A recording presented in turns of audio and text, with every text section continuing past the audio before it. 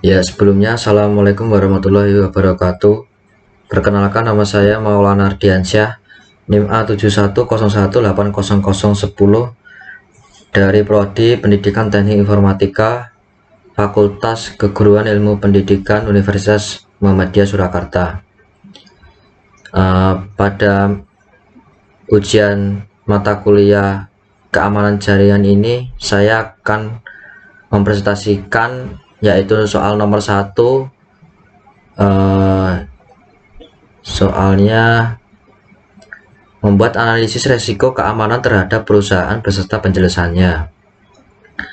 Nah, di sini saya akan mempresentasikan apa yang telah saya buat, yaitu analisis resiko keamanan terhadap perusahaan. Langsung saja ke PPT-nya. Yang pertama, pada pendahuluan yaitu keamanan informasi. Menurut Sarno dan Ivano, keamanan informasi adalah suatu upaya untuk mengamankan aset informasi terhadap ancaman yang mungkin ditimbul, sehingga keamanan informasi secara tidak langsung dapat meminjam kontinuitas bisnis, mengurangi risiko-risiko yang terjadi, mengoptimalkan pengembalian investasi atau return of investment. Semakin banyak informasi perusahaannya yang disimpan, dikelola dan disaringkan, maka semakin besar pula risiko terjadi kerusakan, kehilangan atau tereksposnya data ke pihak eksternal yang tidak diinginkan. Kutip Sarno dan Ivano 2009. Kemudian informasi dikumpulkan, disimpan, diorganisasikan, dan disebarluaskan dalam berbagai bentuk, baik dokumen berbasis kertas hingga berkas elektronik atau digital. Adapun bentuk maupun cara penyimpanannya, harus selalu ada upaya dan untuk melindungi keamanan informasi tersebut sebaik mungkin. Keamanan yang dimaksud harus memperhatikan sejumlah aspek, yaitu yang poin pertama yaitu confidentiality. Keamanan informasi menjamin bahwa hanya mereka yang memiliki hak yang boleh mengakses informasi tertentu. Pengertian lain dari confidentiality merupakan tindakan pencegahan dari orang atau pihak yang tidak berhak untuk mengakses informasi. Poin kedua yaitu integrity. Keamanan informasi menjamin kelengkapan informasi dan menjaga dari kerusakan atau ancaman lain yang mengakibatkan perubahan informasi dari aslinya. Pengertian lain dari integrity adalah memastikan bahwa informasi tersebut masih utuh, akurat, dan belum dimodifikasi oleh pihak yang tidak berhak. Kemudian ada availability, keamanan, yaitu informasi menjamin pengguna dapat mengakses informasi kapanpun tanpa adanya gangguan dan tidak dalam format yang tidak bisa digunakan. Pengguna dalam hal ini bisa jadi manusia atau komputer, yang tentunya dalam hal ini memiliki otorisasi untuk mengakses informasi. Availability meyakinkan bahwa pengguna mempunyai kesempatan dan akses pada suatu informasi. Keamanan bisa dicapai dengan beberapa cara atau strategi yang biasa dilakukan secara simultan atau dilakukan dalam kombinasi satu dengan yang lainnya. Strategi-strategi dari keamanan informasi memiliki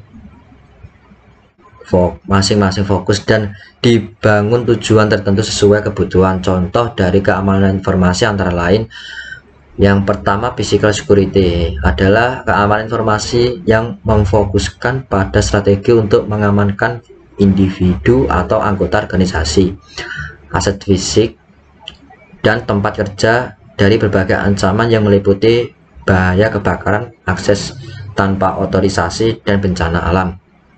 Poin kedua yaitu Personal security adalah keamanan informasi yang berhubungan dengan keamanan personil. Biasanya saling berhubungan dengan ruang lingkup physical security. Yang poin ketiga, operational security adalah keamanan informasi yang membahas bagaimana strategi suatu organisasi untuk mengamankan kemampuan organisasi tersebut untuk beroperasi tanpa gangguan.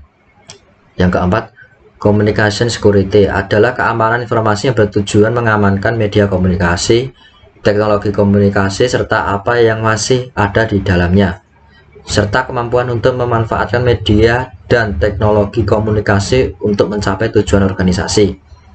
Yang kelima, network security adalah keamanan informasi yang memfokuskan pada bagian pengamanan peralatan jaringan, data organisasi, jaringan dan isinya, serta kemampuan untuk menggunakan jaringan tersebut dalam memenuhi fungsi komunikasi data organisasi.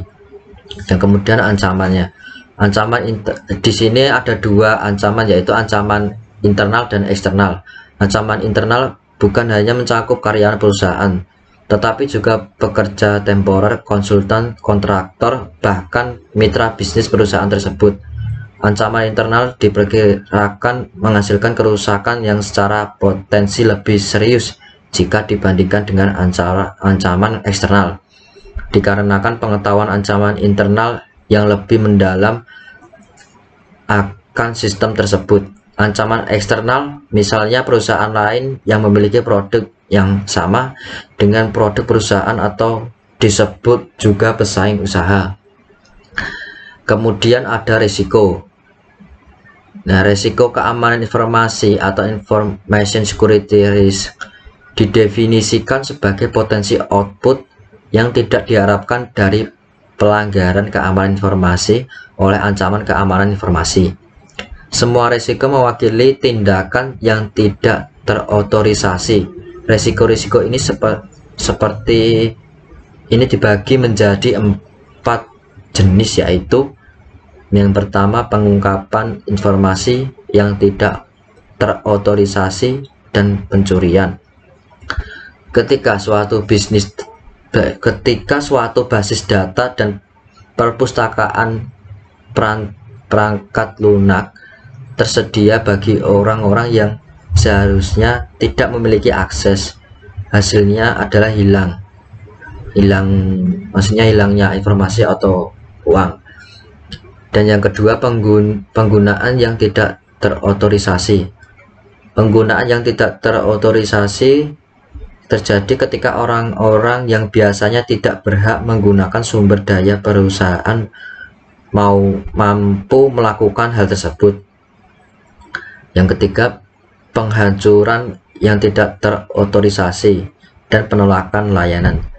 Seseorang dapat merusak atau menghancurkan peranti keras atau peranti lunak sehingga menyebabkan operasional komputer perusahaan tersebut tidak berfungsi. Dan yang terakhir, modifikasi yang terotorisasi, yaitu perubahan dapat dilakukan pada data, informasi, dan peranti lunak atau perangkat lunak perusahaan yang dapat berlangsung tanpa disadari dan menyebabkan para pengguna output sistem tersebut mengambil keputusan yang salah. Dan yang terakhir ada manajemen risiko atau manajemen risk. Manajemen risiko merupakan satu dari 2 strategi untuk mencapai keamanan informasi. Risiko dapat dikelola dengan cara mengendalikan atau menghilangkan risiko atau mengurangi dampaknya. Pendefinisian risiko terdiri atas 4 langkah. Yang pertama, identifikasi aset-aset bisnis yang harus dilindungi dari risiko.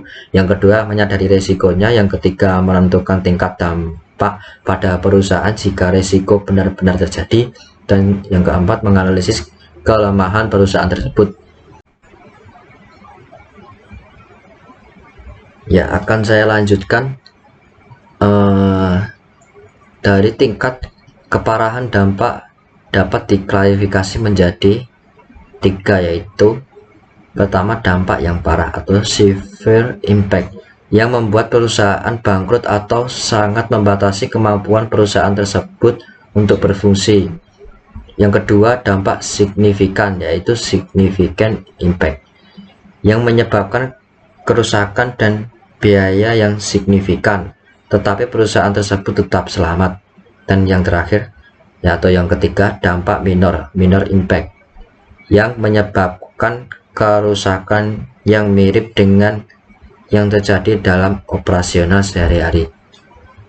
Ya, sekian penjelasan dari saya. Bila ada salah kata, mohon maaf. Wassalamualaikum warahmatullahi wabarakatuh.